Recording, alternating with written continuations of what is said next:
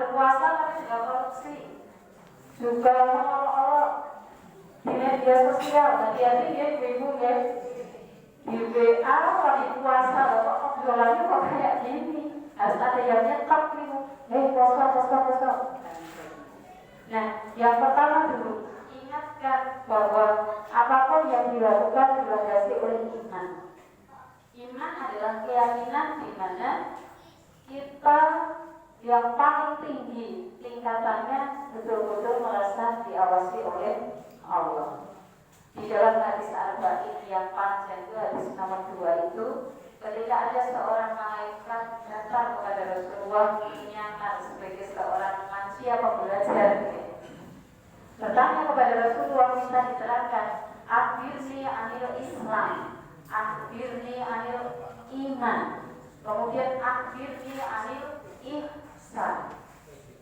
Salah satu ihsan itu adalah apa? Kemudian dijawab, antak budawa ka'anna fatarahu wa illam takun tarahu fa innahu yaraka. Ini kalau saya di pondok mahasiswa UMG, saya ada santri itu 41 ibu-ibu di Terapak itu. Itu dari berbagai daerah di Jawa Tengah. Basicnya panti asuhan Muhammadiyah dan Aisyah. Setiap hari mereka ngaji termasuk menghafalkan hadis Arba'in satu persatu. Ini juga sudah mereka hafalkan hadis yang paling panjang. Jadi alhamdulillah saya belum punya anak laki-laki, Pak harus ada di belakang ya. Saya belum punya anak laki-laki, tapi saya diberikan amanah untuk mengasuh 41 anak perempuan yang semuanya sudah besar, usia mahasiswa,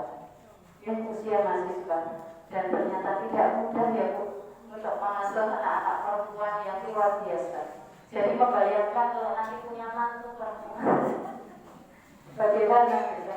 Tapi ketika mereka dididik dengan hati, dengan kesabaran, alhamdulillah hadis ini satu persatu mereka hafalkan, termasuk hadis Arba'in ini. Jadi selain di UMP, saya di Aisyah, kemudian di itu tadi mengasuh anak-anak pesantren mahasiswa. Ini menjadi ikhtiar untuk melahirkan generasi-generasi yang bisa bermuhammadiyah dengan baik. Walaupun saya tahu latar belakang mereka bukan Muhammadiyah, walaupun sudah di panti asuhan 6 tahun, nyatanya sholatnya juga belum bisa terkontrol dengan baik ya, bacaan-bacaannya itu terkadang. Ini yang lebih berat. Tadi konsep Islam itu antak budawa waka'an nakatalahu wa'ilam takutalahu wa'inam biaroka. Beribadahlah seolah-olah kau melihat Allah. Kalau kau tidak bisa, yakinlah bahwa Allah itu melihatmu. Konsep ini kalau kita terapkan dalam keluarga kita, maka gak ada suami istri yang berselingkuh, gak ada yang kedua hatinya, karena dia yakin pasti diawasi oleh Allah. Gak ada anak-anak yang melenceng, berbohong dan sebagainya, karena mereka selalu ditanamkan rasa bahwa dimanapun kamu berada Allah melihatmu, gitu kan? Seperti itu ya yang pertama. Jadi iman kita tanamkan dengan kuat pada diri kita, anak-anak kita, dan konsep ihsan ini kalau kita selalu tanamkan ketika kita bekerja dimanapun sebagai apapun, tidak harus ada visitasi, kemudian apalagi supervisi dari kepala sekolah, pengawas atau apa, kita sudah bisa melakukan pekerjaan terbaik karena kita yakin bahwa Allah itu pasti mengawasi. Kemudian yang kedua, ketika sudah mendiskusikan, meluruskan keimanan, apa yang harus dilakukan oleh keluarga? Tentunya harus ada program yang direncanakan oleh keluarga untuk bisa mencapai 3 hal tadi: bertakwa, bersyukur, kemudian selalu mendapatkan petunjuk. Program kerja apa di keluarga yang harus disepakati Bapak Ibu? Kalau dia bilang yang pertama, program apa yang harus kita sepakati di keluarga? Dari sholat wajib dulu ya. Dari sholat wajib dulu. Sholat wajib tepat waktu dan berjamaah. Bisa tidak Bapak Ibu kalau ini disepakati menjadi program wajib keluarga? Bisa. Sholat waktu tepat, sholat 5 waktu tepat waktu berjamaah. Waduh, gula pripun. Nah, bapak-bapak pasti berjamaah di masjid ya Pak? Atau di rumah Pak? Masjid ya Pak? Kalau bapak-bapak di masjid ya, kalau di rumah nanti pakai kena ya Pak. Karena kewajiban bapak-bapak berjamaah itu di masjid, termasuk juga anak laki-laki. Saya selalu sampaikan pada mahasiswa UMP kalau kuliah, jadi sholat subuh di mana? Di kos-kosan Bu, ya bisa kamu pakai pesanan. Karena kalau laki-laki itu ya jamaah di masjid.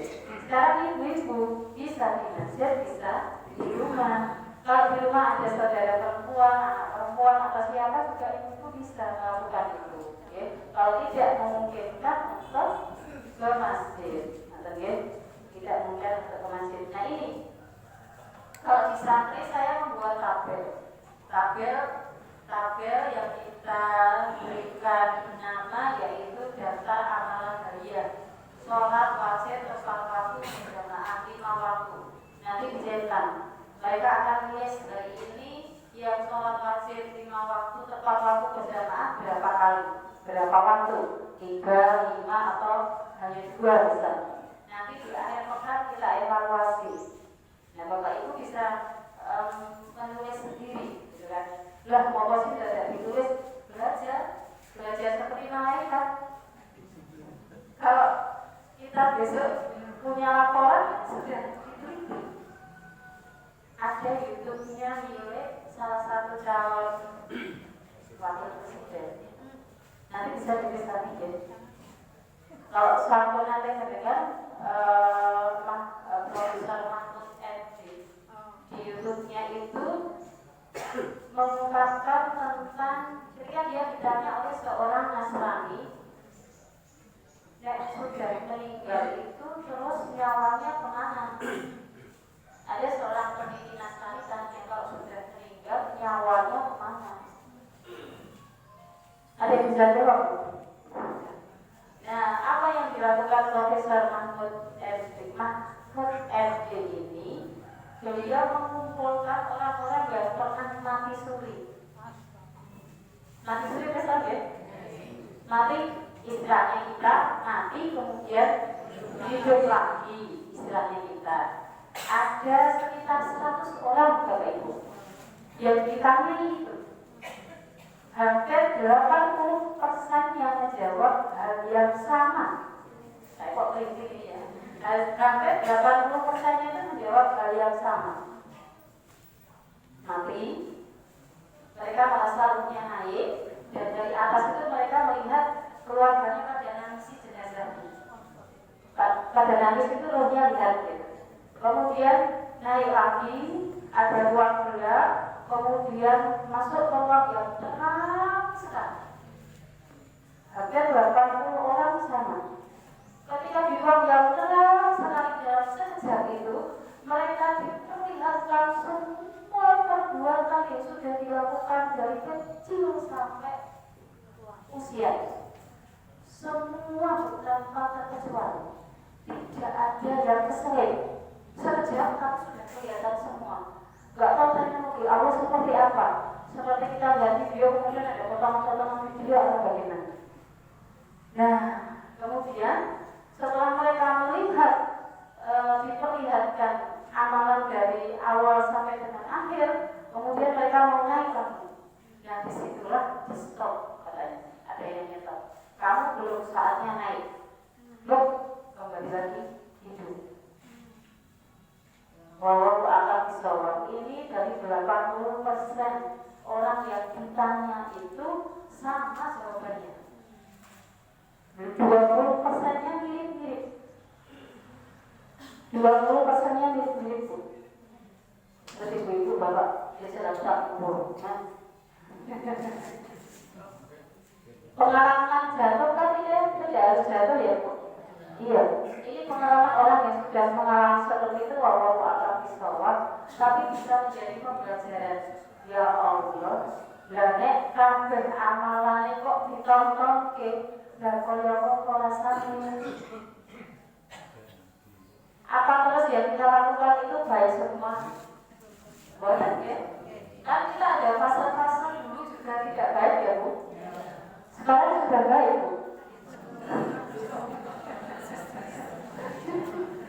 Ada fase-fase kita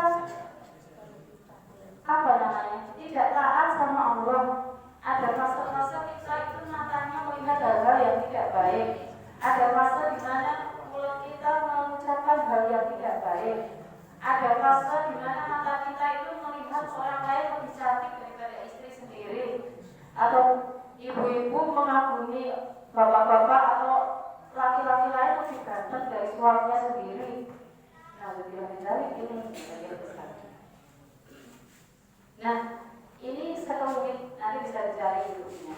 Ini seperti sekedar contoh saja. Ternyata ketika amalan kita itu diperlihatkan dari awal sampai akhir, saya pun gak bisa membayangkan betapa malunya nanti, betapa sedihnya nanti, dan luar biasa. Nah sekarang sebelum itu kita diperlihatkan, kita sekarang hitung-hitung setiap harinya.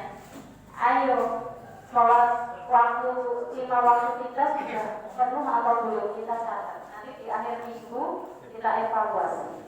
Kemudian program yang kedua setelah sholat wajib tentunya sholat sunnah. Dimulai dari sholat sunnah rawatib 12 rakaat ya Bapak Ibu. Sebelum subuh 2 rakaat, sebelum zuhur 4 rakaat, setelah zuhur, setelah maghrib, setelah isya 12 rakaat. Kenapa ini juga ditekankan? Karena di bulan Ramadan ini jangankan ibadah-ibadah yang sudah diperintahkan, kebaikan-kebaikan yang sedikit saja berlipat ganda. Apalagi yang sunnah. Jangan terus ada kalimat, gak kami sunnah. Nah, tapi contoh, sunnah itu sesuatu yang dicontohkan oleh Nabi, mau perkataan, perbuatan, dibenarkan dan sebagainya. Jangan sampai kita tinggalkan. Kalau di bulan Ramadan saja hidangan yang sudah Allah berikan demikian kompletnya, seperti Bapak Ibu kalau kodamnya kan ada prasmanan itu, kemudian bubuk-bubuk, ya Pak Ikan pengen dirasakan semua gitu kan. Ibaratnya kita masuk Ramadan itu seperti itu. Kita disediakan makanan yang beraneka ragam oleh Allah. Ambil, icipi, gitu kan. Bukan ketika buka kita bukan, tapi hidangan amal itu. Kalau kita sedekah begini, baca Al-Quran begini, sholat sunnah begini, sholat wajib begini dan seterusnya. Sholat rawatib jadi program bersama. Kemudian yang ketiga adalah sholat duha. Sholat duha itu kalau di dalam pembagian ada 3 waktu Bapak Ibu, yang itu beda-beda. Mau di awal waktu namanya sholat subuh, setelah subuh 1,5 jam, lanjutkan zikir di masjid, baca-baca Al-Quran, jam 4:30 subuh, berarti jam 6 itu bisa subuh. Pahalanya seperti haji dan umroh, 2 rakaat saja. Kalau duhanya di tengah-tengah dari jam 8 sampai jam 10, maka itu 4 rakaat biasanya. Dampaknya beda lagi, pahalanya beda lagi, bukan seperti haji dan umroh, tapi iya akan dibangunkan rumah di surga. Yang ketiga, duha di akhir waktu sekitar jam 10 ke atas, jam 10 itu akan dibebaskan dari mara bahaya. Nanti di HTT yang versi bisa menggabungnya ya Bapak Ibu. Digunakan putusan tasbih yang jilid 3 ini bisa dilihat, bisa diperiksa. Itu kalau seandainya ada bahaya dan kita 3 orang jalan deret-deret, kita akan diselamatkan oleh Allah. Atau ada bencana kan, banjir, gempa dan sebagainya, menjadi wasilah sholat. Kemudian yang tentunya adalah sholat tarawih atau sholat yang Ramadan, yang versi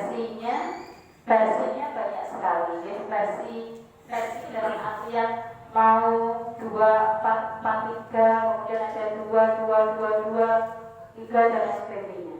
Nah ini menjadi program bersama. Ada satu keluarga, dulu saya mengenal di Magelang itu, semua keluarga bersama itu kalau terawih jam 2 malam. Jadi bapaknya yang imami, semua putra putrinya itu anak keluarganya, anggotanya besar itu di situ. Jam 2 malam setiap hari terawihnya, ya. Oh, saya masih tidur, ya kalau kita bisa bersama di masjid dan bersama dengan keluarga kita, tetangga kita dan sebagainya menjadi syiar. Itu program yang sholat sunnah tadi, program yang kedua, ya. Sholat awal minggu yang mau dilakukan. Habis gitu. Berarti sehari berapa rakaat? 17 ditambah 12, 29. Tuhannya 2 saja dia monggo. 31 ditambah 11, 40. Jadi sehari tidak hanya sholat sehari semalam 17 rakaat. Masih seperti anak TK. Masa dari dulu nggak tambah-tambah, mari kita sudah. Pak Arman ya suara di mana? Saya kelas. Aku sih juga. Oh saya kelas. Berarti yang kelas gitu. Ingkang yuswanya sampun 60 ibu-ibu bapak ngantos. Waktu kontraknya 3 bulan. Kalau menurut usia Rasulullah. Wah, kurang pun sudah lalu ibu. Tapi aku ngintip-ngintip. Wah, saya masih jauh. Wah, tak bisa begitu. Masalah umur ternyata tidak bisa dijadikan patokan tua atau muda. Tetapi ini menjadi peringatan. Mosok yo saya mendekati 63 kok yo ora lihat masih aktif. Mosok yo ora tambah-tambah. Mosok yo masih ada yang subuh belum bangun. Padahal usianya sudah 60 tahun.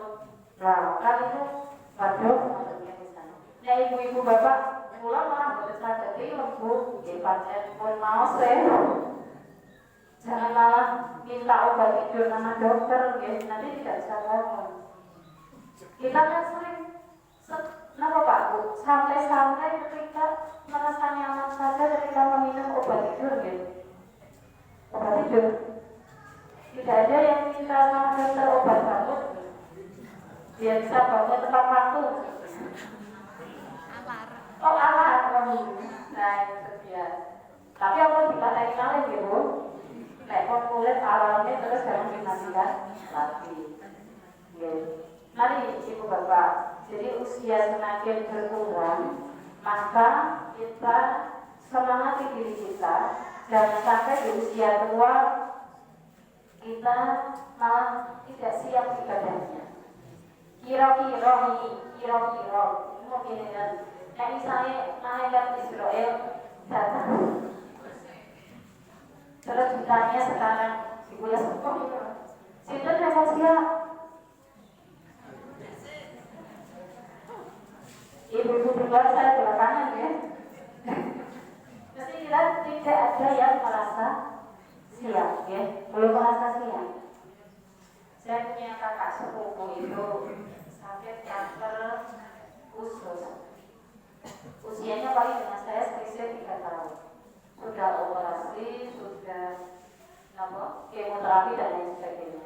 Nah kemudian jam 8 pagi itu dia minta minum, dibuatnya minum susu sama istrinya, kemudian dia ambil pakai sendok, nggak bisa nelen Pak.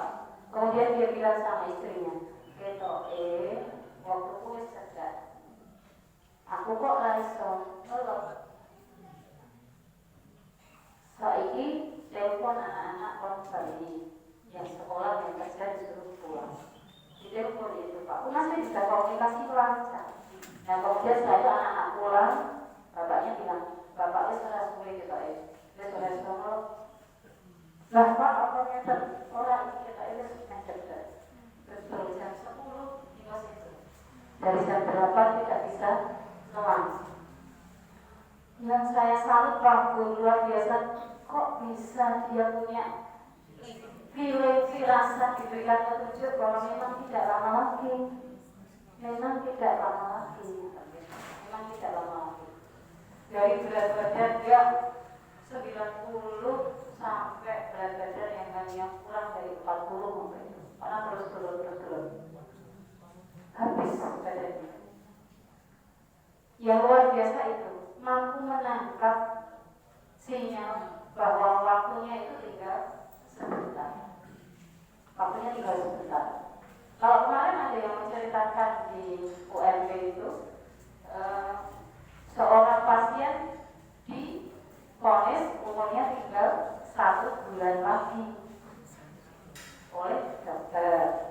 Kemudian setelah itu dia kok tinggal 1 bulan lagi, dia mendatangi ustaz. Saya divonis begini, sudah jangan kau pikirkan itu, yang terang sekarang kamu banyak istighfar, banyak sedekah dan lain sebagainya. Pak Bu, menunggu waktu 1 bulan sampai dengan kalau 1 Maret besok dia sudah 1 April misalnya. Pas tanggal 1 April itu dari jam 00 sampai 00 hari itu was-was, apa bisa punya warisan video ya. Pas 1 bulan, kemudian anak-anaknya sudah dikumpulkan. Lah kok mati ya? Berlanjut lagi terus sampai akhirnya bertahan sampai 7 tahun itu belum meninggal. Setiap hari dia nggak pikirkan itu lagi penyakitnya. Kemudian pada saat 7 tahun itu dia ingat sama dokter tadi. Dia silaturahmi ke rumahnya. Kemudian dia membukakan pembantu yang sudah sama sepuh. Mana Pak Dokter, aku mau ketemu. Ya pembantunya mau duduk begitu. Pak Dokter sinten. Ternyata dokternya sudah meninggal dunia. Yang memberikan vonis meninggal lebih dulu daripada yang diberi vonis. Nah ini Bapak Ibu luar biasa apa yang terjadi, dan itu bisa nyata. Maka mari, kalau sampai di Ramadan ini kita tidak mampu meningkatkan ibadah, kita rugi. Kalau sampai di Ramadan ini kita tidak diampuni dosanya, kita juga rugi. Yang ketiga setelah sholat wajib, sholat sunnah, yaitu tadarus Al-Quran. Bapak Ibu jangan hanya egois memikirkan diri sendiri. Bapaknya tadarus, ibunya tadarus dewe, putranya film, cucunya tidur. Tapi bagaimana ada satu waktu bisa baca Al-Quran bersama-sama dalam satu keluarga. Kalau tidak bisa setiap habis buka, setiap habis tarawih atau sebelum sahur, ya ambil waktu salah satu, tapi bisa duduk bersama. Bulan malah jadi kesuwen. Dan ini namanya program bersama keluarga, biar bisa mengakrabkan keluarga juga. Jadi tidak hanya sahur atau buka bersama, tetapi juga tadarusnya bersama. Saya itu kalau di rumah saya di suami saya, ayo tadarus, ayo tambahin lagi, ayo saiki, gitu kan. Anak-anak juga sama sejak dari kecil sebelum mondok. Jadi mereka sampai hafal betul kalau habis maghrib, habis buka sebelum isya, pokoknya tadarus bareng. Nanti habis isya tadarus lagi, habis subuh sambil menunggu kuliah subuh di UMB juga tadarus lagi. Itu menjadi penyemangat bahwa ingat mereka bahwa orang tuanya itu betul-betul berusaha mendidik mereka dengan Al-Quran, berinteraksi dengan Al-Quran. Boten sampai kecepatan Pak Bu, alon-alon mawon. Yang penting kita bisa berinteraksi dan bahkan kalau perlu dibaca artinya. Kemarin ada yang bilang saya hafal, saya 1 hari itu saya bisa 10 juz. Saya kaget.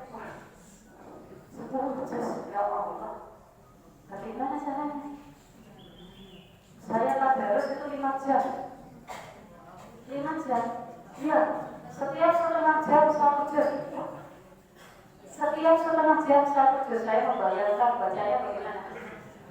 Alif Lam Mim.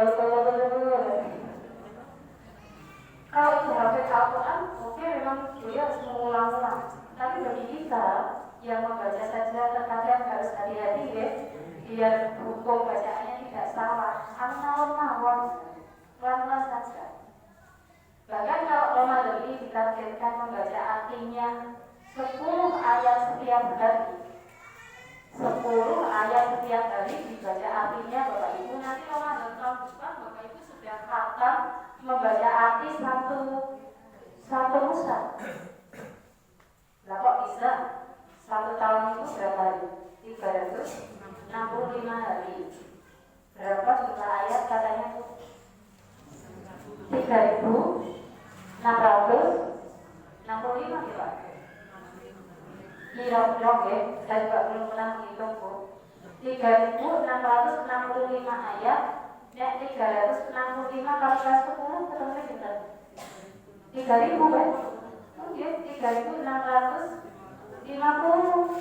Jadi membaca ayatnya dan artinya 10 ayat per hari dimulai Ramadan ini, Ramadan depan Ibu sudah hafal membaca artinya Bu.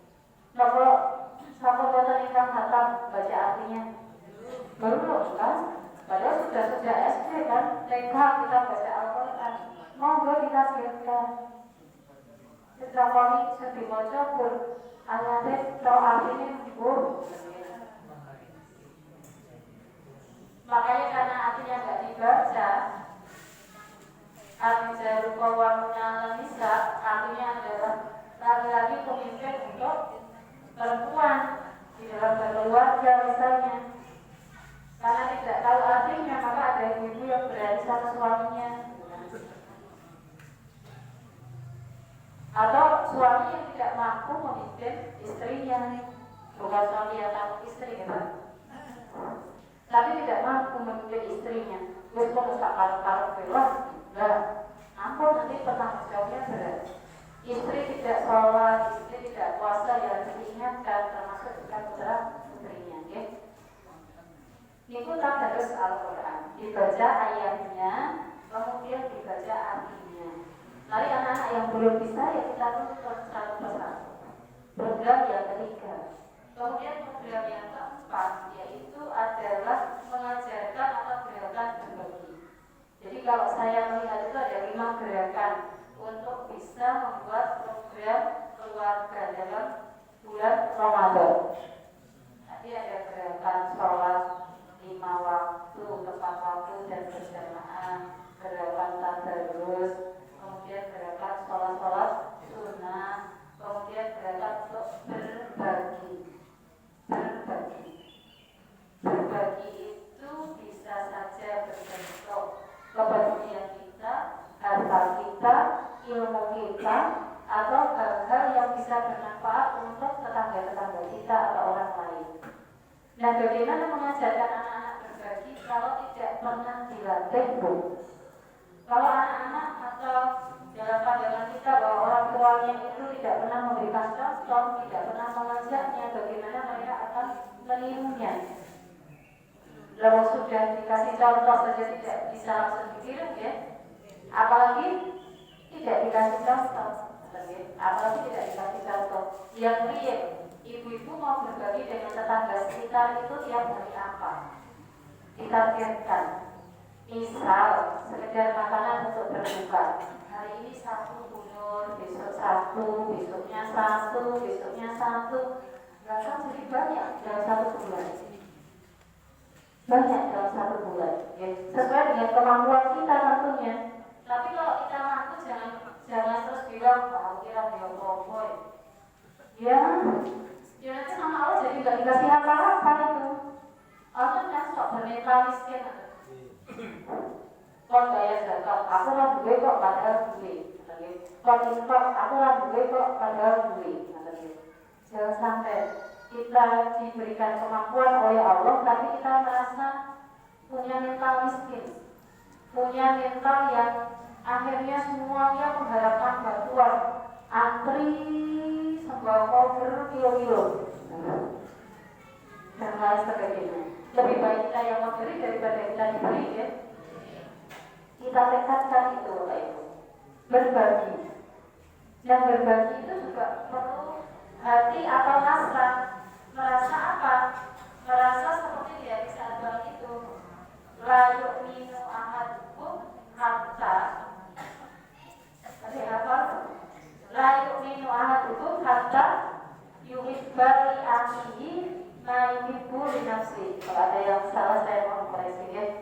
Tidak, la yu'minu ahadukum, tidak sempurna iman seseorang sampai dia mencintai saudaranya seperti mencintai dirinya sendiri. Wah, ini gampang banget diapalkan hadisnya. Nek angel apa boten, Pak? Angel. Cobi nek buka lemari. Sing dikeluarkan baju sing kok disenengi napa sing boten disenengi? Lanjut. Kalau kita diberikan kesempatan memberi itu memberi yang terbaik, bukan memberi yang kita tidak suka. Infak, kota infak, di sini kota infaknya tidak sadar, ya, tapi bisa.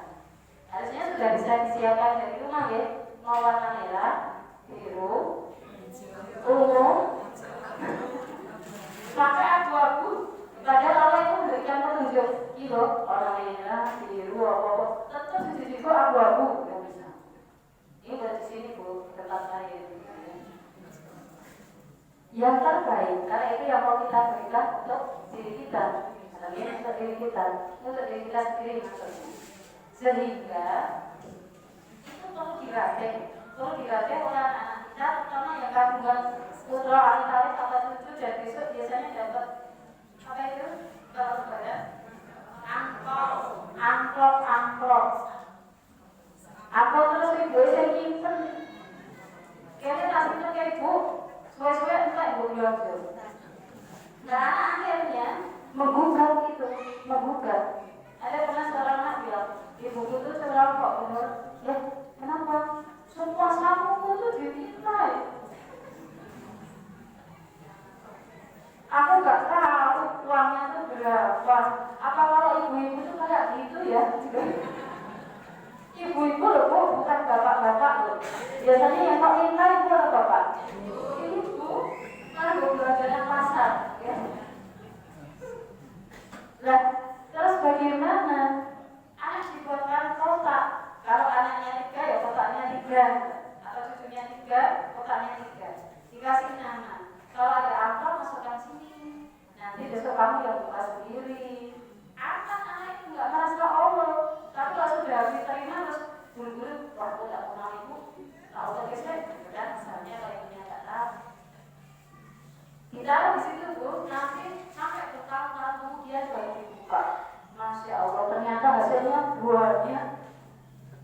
Saya kaget dengan yang dimulai anak saya sendiri. Nah, kok bisa segitu banyaknya, ya? Ya, mas ini mau untuk apa? Kalau menurut ibu untuk apa? Nah, sudah harus ditawarkan amal soleh yang ada. Jangan untuk beli ini. Jangan. Nanti mereka akan merasa bahwa uang itu berarti untuk belajar, untuk beli. Jangan itu tawarkan saja kebaikan. Di sana itu ada anak yatim yang nggak bisa bayar sekolah, misalnya hal seperti itu. Yaitu mendidik anak untuk bisa berbagi. Kemudian yang terakhir adalah infak, gerakan infak dan sedekah. Kalau pernah mendengar kajiannya dari Ustaz Hidayat yang menjadi wakil majelis taklim di pimpinan Ustaz itu, maka yang namanya infak harus direncanakan. Siapa yang mau dituju, infak dan sedekah itu harus direncanakan. Kalau lewat majlismu juga harus direncanakan. Berapa besarannya? Kalau kita mau memberikan kepada tetangga kita sedekah juga direncanakan. Bukan teko-teko, ujuk-ujuk, tapi ada sesuatu yang terencana. Sehingga kan ada ya, gerakan infak Rp1.000 per hari misalnya. atau ibu-ibu di Aisyah sudah ada gerakan infak subuh. Tiap subuh ibu-ibu memasukkan uang itu ke kotak. Kalau nggak punya kotak belum dapat, dia pakai botol air mineral atau apa. Setiap subuh. Kenapa setiap subuh? Karena ada hadisnya. Ketika kita melakukan kebaikan di awal waktu subuh, maka ada malaikat, dua malaikat yang akan mendoakan kebaikan untuk kita semuanya. Dua malaikatnya, kita cuma sendiri. Ya saya punya 1.000 bulan ya 1.000 yang dimasukkan, tapi jangan punya 5.000 nggak punya 1.000 ya. Nanti Bu kalau sisa belanja, sebelum belanja Bu ambil dulu. Masuk yang nggak ada dengan 1.000 rupiah, dia kalau nggak ada 500 loh. Itu juga nggak ada rumah masa 1.000, nggak mungkin. Jangan sampai kita merasa apa-apa nggak punya, nanti beneran tidak punya. Kita lihatkan dulu yang harus kita paksa. Bapak-bapak juga melakukan hal yang sama ke masjid, bawa infak subuhnya ke masjid, Pak. Bawa terus dari rumah, pokoknya besarannya berapa, rutin dibawa masukkan. Bismillah. Mudah-mudahan dari situ kehidupan kita hari itu mendapat banyak kemudahan, mendapat keberkahan dan juga ridho dari Allah. Tentunya segalanya diniati untuk sama-sama mencari ridho Allah, meluruskan itu untuk mencari ridho Allah. Nah, ini barangkali 5 gerakan tadi program keluarga. Monggo karena baru 7 hari, kalau yang belum bermusyawarah dengan keluarga, tidak hanya sahur dan buka bersama, tapi program kerja ini perlu dibicarakan. Siapakah ini Ramadan terakhir Pak? Yang kita tidak tahu tahun depan bisa ketemu lagi atau tidak. Pengennya bisa ketemu lagi, tetapi kan belum tahu. Ramadannya sampai akhir saja kita tahu atau tidak? Tidak tahu, ya tidak tahu. Bapak saya dulu meninggal ketika lebaran kurang 3 hari, dari tanggal 27 Ramadan. Waktu itu saya minta izin ke UMP, Pak letak ke UMP dulu, mesti zakat fitri karena saya panitia. Apa yang dikatakan Bapak? Iya, kono. Kowe sesuk wis ora kelas 5 bulan Purworejo. Aku wis sehat. Sesuk aku wis sehat. Saya enggak berpikiran apa-apa. Betul Pak. Besok beliau sudah sehat untuk selamanya. Karena pas maghrib tanggal 27 Ramadan dipanggil oleh Allah. Nah ini juga menjadi pembelajaran bagi saya pribadi. Bagaimana beliau ingin sekali mengundang tetangga-tetangga sekitar, ayo buka bersama. Mungkin mawar di akhir Ramadan, orang sai wae sesuk wae, ojo ngenteni akhir Ramadan. Ternyata ini juga kan beliau memang sudah sakit sementara waktu. Tapi ini juga menjadi pembelajaran bahwa apapun yang Allah berikan kepada kita itu harus kita syukuri itu. Kita tadi untuk menjadi orang yang bertakwa, untuk menjadi orang yang selalu bersyukur tadi dengan berbagi. Mudah-mudahan kita dan keluarga bisa menjadi bersyukur. Kemudian untuk menjadi orang yang selalu mendapat petunjuk atau irsyad, yaitu apa? Kita tadi selalu berinteraksi dengan Al-Quran, selalu berinteraksi dengan Al-Quran. Karena sebaik-baik zikir adalah membaca Al-Quran. Dalam ditanya kebaikan yang pasti berlimpah. Nah, mudah-mudahan dengan 5 gerakan tadi kita bisa menjadi orang yang bertakwa, bisa menjadi orang yang bersyukur, juga bisa menjadi orang yang senantiasa mendapat petunjuk dari Allah Subhanahu wa Ta'ala.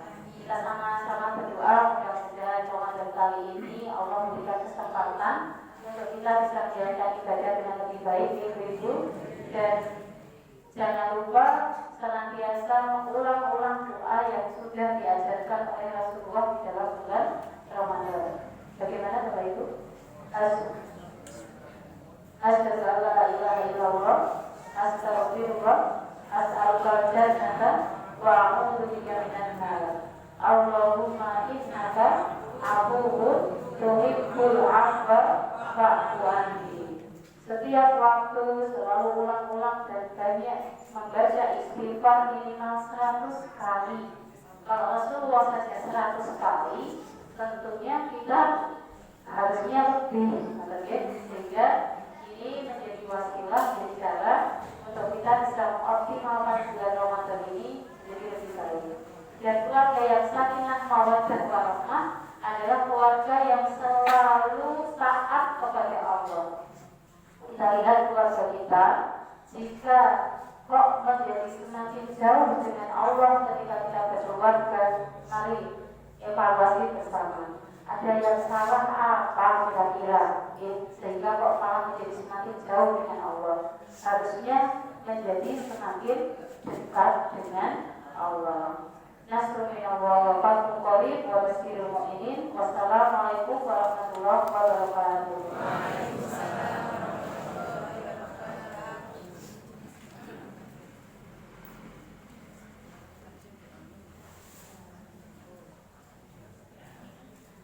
Alhamdulillah, terima kasih kami sampaikan kepada Ibu Nur Aziza atas penyampaian materi yang telah disampaikan.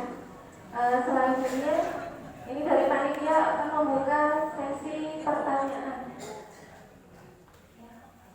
yang akan kami buka untuk 3 pertanyaan. Monggo mungkin dari Bapak Ibu, bila ada yang ingin bertanya, kami persilahkan. Oh, dari Bapak.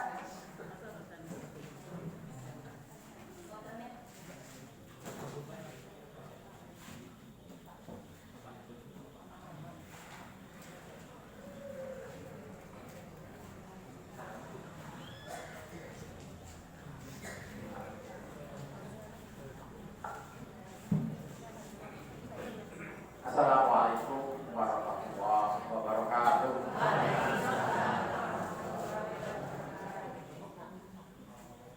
Saya akan bertanya sesuai dengan situasi dan kondisi saat ini.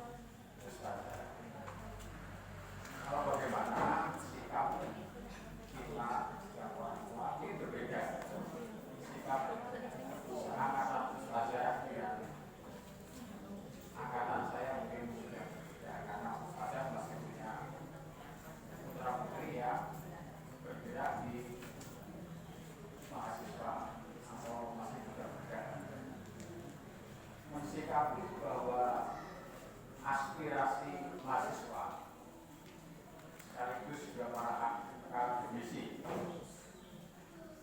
terutama anak-anak muda yang menganggap bahwa saat inilah kita harus bergerak untuk perubahan.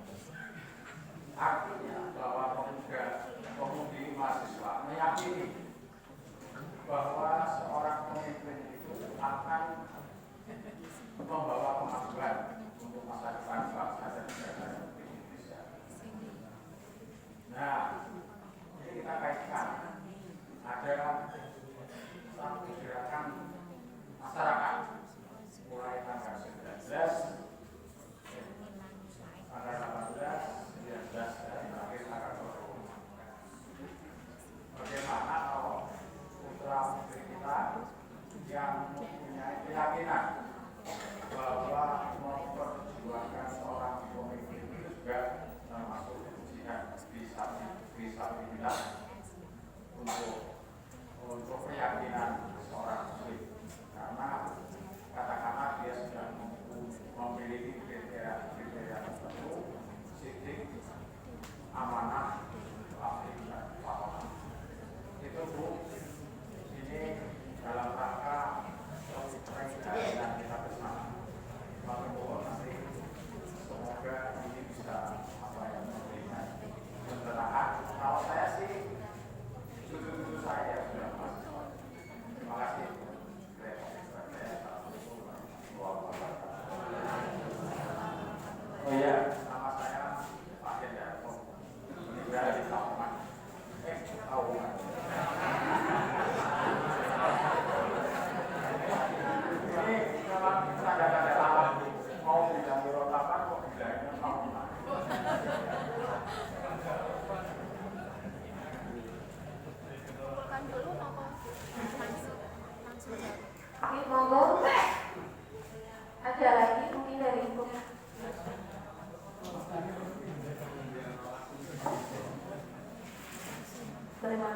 atas waktu yang diberikan untuk saya menanggapi atau bertanya. Kalau dalam di desa saya itu ada tadarus Al-Quran, itu saya kebetulan menyimak bagian lansia. Kalau lansia itu membaca Al-Quran itu kadang-kadang panjang pendeknya itu kadang kalau disempret atau diperlihatkan itu bablas. Nah ini bagaimana saya sebagai penyimak itu saya berdosa apa tidak? Jadi selama ini memang seperti itu banyak terjadi. Disuruh menolak itu dia tidak mau, kadang-kadang bablas saja. Nah itu ya, terima kasih saya demikian pertanyaan saya.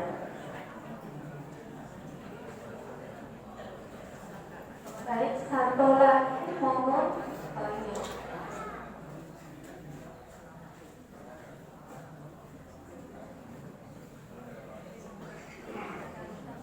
Terima kasih atas waktunya. Assalamualaikum warahmatullahi wabarakatuh. Ustazah, saya mau bertanya, bagaimana caranya kita atau saya itu menegur saudara, tetangga, atau mungkin teman kita yang menjalankan puasa tetapi mereka tidak sholat. Kadang kita mau menegur itu nggak enak. Nah, gimana caranya? Terima kasih. Wassalamualaikum warahmatullahi wabarakatuh.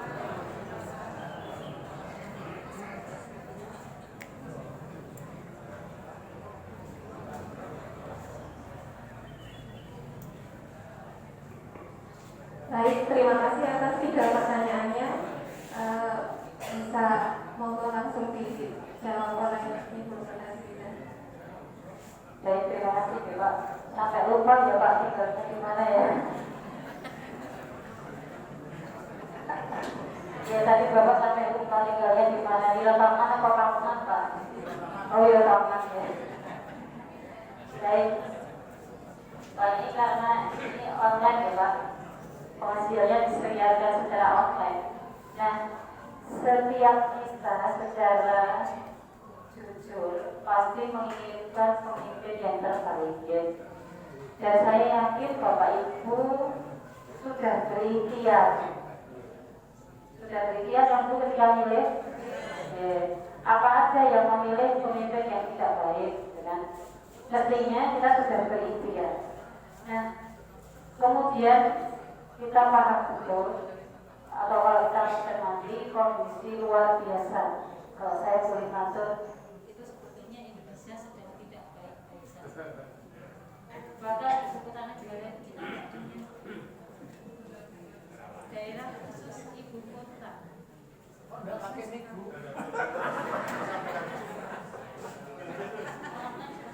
Daerah khusus ibu kota kan sudah dicabut, sehingga satu-satunya negara di dunia tidak punya ibu kota negara kita. Dan itu memprihatinkan. Nah kemudian dengan sistem yang ada, carut-marut sistem yang ada itu membutuhkan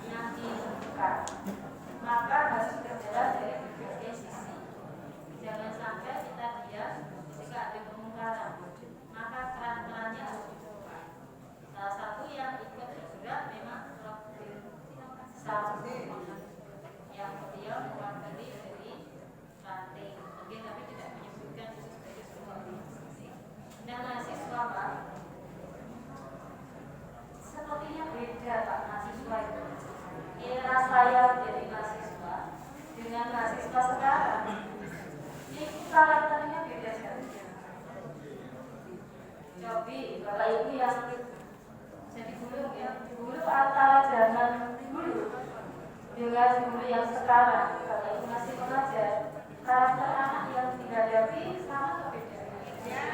Beda. Saya itu ngajar di UMP baru 24 tahun Pak. Mulai tahun 2000 sudah ngajar saya. Mulai dari nulis pakai karton putih dengan papan tulis hitam di UMP sampai sekarang nggak usah pakai nulis-nulis bisa dibayar. Karakternya bisa beda Bu. Kok gaya mahasiswa komunikasi dengan dosen saja beda sekali. Membuat kita jadi ragu terhadap ini mahasiswa ini beneran kuat nggak karakternya, tanggap nggak dengan kondisi sekarang, bahkan kadang nggak ngerti dengan kondisi yang sedang dihadapi. Terus kalau zaman saya mau bimbingan skripsi itu nggak berani Pak, telepon dosen nggak berani, tunggu saja dosennya datang, kita tunggu di depan pintu itu deret-deret. Sekarang Pak Bu pakai ini, tanya bagaimana? Mundur posisi di mana? Pas betul. Posisi, saya mau bimbingan skripsi. Terus saya jawab, saya sudah di kantor. Tunggu ya Bu, saya mau OTW dari Kebumen. Astagfirullah. Coba Pak Bu, tunggu ya Bu, saya baru mau OTW dari Kebumen. Ya saya kalau pekerjaannya di situ kan saya sudah di kampus. Wah, dia datang, itu kan nggak etis sama sekali. Tapi kita jangan pesimis. Masih ada anak-anak kita yang kita bisa bergerakkan. Tapi itu nggak banyak emang Pak. Kalau generasi yang punya karakter dan mau peduli terhadap kondisi bangsa, yang ada itu rata-rata sebagian tidak mampu. Nah ini yang harus kita buka. Maka kita sebagai orang tua yang punya putra atau cucu dikasih tahu, dikasih tahu. Jadi kondisinya seperti ini. Tidak hanya memikirkan dirinya sendiri, tapi mereka tidak terima Pak kalau dikatakan hanya memikirkan dirinya sendiri. Pada karakter generasi Gen Z zaman sekarang salah satunya adalah sibuk dengan dirinya sendiri. Sampai kepedulian sosialnya hilang karena dia sibuk dengan dirinya sendiri. Ini kita harus latih, libatkan di rumah, harus dimintai tolong, masak diajar dan lain sebagainya. Kalau kita akan mengatakan, kalau wis salah lah daripada usulin nanti jadi anak badan, ya itu jadi anak tidak dilatih sendiri. Kalau saya tetap setuju dilibatkan, tapi memang mereka harus diedukasi. Dan kita gunakan itu momen Ramadan ini untuk betul-betul banyak berdoa terhadap kondisi negara kita. Jangan lupa sisipkan doa-doa terbaik itu mau menjelang buka puasa, kemudian pada waktu sahur, sama itu juga doa yang diijabah. Mungkin itu saja ya Pak, jawabannya ya Pak. Nanti order. Kemudian yang berikutnya adalah tadarus yaitu lansia. Kalau bapak-bapak ada yang berada atas nama saja yang dibetulkan, bapak-bapak sama mau nggak dibetulkan bapak-bapak? Mau ya Pak ya? Lebih cenderung mau ya Pak? Kalau ibu-ibu itu agak sulit ya. Bahkan nanti muncul terus nggak jadi hasil ya. Berarti perlu ada kesepakatan. Saya juga sama, kita ICA kan ada gerakan masih sepuh ya, senior itu kita sepakati dulu di awal pertemuan. Yang saya ubah, nanti enten sing lepas, dilereske nggih, ampun terus 12 dia Bu Guru, tak tepuk-tepuk, stop, stop. Dan itu perlu disepakati. Kemudian disampaikan, nanti nek boleh dijelaskan yuk maknanya nek maknanya benten, artinya beda, yang akhirnya baik jadi nggak baik, sehingga keberkahannya kurang. Memang harus pelan-pelan. Mereka mau mengaji saja sudah alhamdulillah alhamdulillah ya, alhamdulillah. Dan itu barangkali disepakati dulu, kemudian kita duduk atau yang paling banyak salah siapa kan ditanya beliau ya. Kemudian yang ketiga, tadi terkait dengan mengingatkan tetangga sholat atau saudara atau yang lain. Kalau ibu yang bertanya tadi punya konten misalnya sering kumpul rutin misalnya antar rumah, data wisma atau mungkin hanya sekedar ngobrol atau kita silaturahmi, kemudian setelah itu kita ajak daripada sholat sendiri-sendiri, ayo kita sholatnya barengan yuk. Dan beliau itulah tujuannya, saya bisa dikondisikan itu. Atau ada beberapa yang kalau dengan masjid jauh ada yang terawihnya itu di salah satu rumah, kalau itu terawih dimulai dari terawih dulu, kemudian setelah itu disampaikan nek puasa Ramadan itu dilakukan, sholat itu juga ibadah wajib gitu kan. Tapi dia pelan-pelan sambil didoakan, karena yang memberikan petunjuk adalah Allah. Jadi kita aja kita berdakwah, tapi ketika hatinya tadi berubah atau belum, maka kita serahkan kepada Allah. Yang penting tidak usah untuk mengajak dan jangan mau ke surga sendirian, nanti sepi surganya. Jadi ajak kebaikan kepada orang lain biar surganya rapi, kemudian nanti kalau masuk surga sendirian kan sepi surganya. Sehingga harus diajak. Ada juga barangkali alasan sholat, aku mau bolong gitu, ini lalu kok misalnya kita punya rezeki gitu kan, misalnya ada alasan yang lain. Barangkali itu memang harus diajak dengan cara yang halus, jangan sampai nanti kita mengajak kemudian dia nggak terima, setelah itu kita dijauhi misalnya gitu kan. Jadi memang harus dengan cara-cara yang baik, kontrol hasanah gitu, dengan cara yang baik. Itu barangkali ya. Sudah?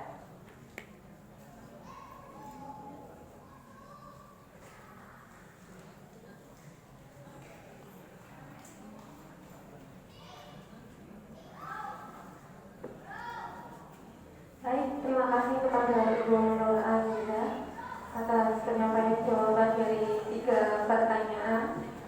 Bapak Ibu hadirin yang terhormat, selanjutnya sebelum ditutup, kami pertama ingin menyampaikan terima kasih atas donasi buka puasa yang telah diberikan kepada Panitia Ramadan Masjid Darussalam Pimpinan Cabang Muhammadiyah Kutoarjo. Sekaligus kami mengajak terus kepada para jemaah untuk dapat berdonasi dalam bentuk makanan ataupun uang sejumlah kurang lebih 80 porsi per hari. Uang sekitar sejumlah 5.000 sampai dengan 10.000 rupiah kepada panitia Ramadan. Informasi selanjutnya, yang pertama kami bacakan perolehan infak hari ini sebesar Rp1.305.000. Alhamdulillah.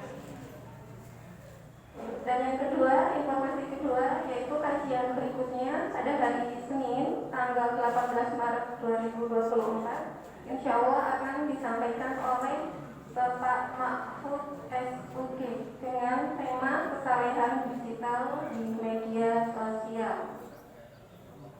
Dan informasi yang ketiga, kami mengajak kepada seluruh jamaah agar untuk tetap selalu meningkatkan istiqomah dalam beramal saleh, bertarawih dan amalan-amalan lainnya, dan semoga keimanan kita akan semakin meningkat dan sukses pada bulan Ramadan ini. Amin. Para hadirin yang terhormat, baiklah, sebelum kami tutup, izinkanlah kami sebagai panitia pada hari ini memohon maaf apabila masih terdapat banyak kekurangan dan banyak hal lainnya yang kurang dan pertemuan berikutnya bisa menjadi lebih baik lagi.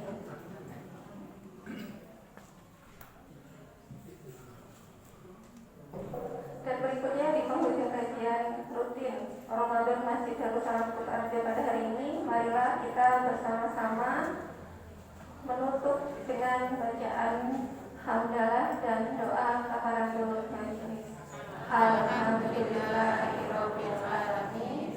Subhanakallahumma wa bihamdika asyhadu an la ilaha illa anta astaghfiruka wa atubu ilaik. Sekalian ya dari kami yang apabila ada kesalahan mohon maaf. Bila kita hidayah. Wassalamualaikum warahmatullahi wabarakatuh.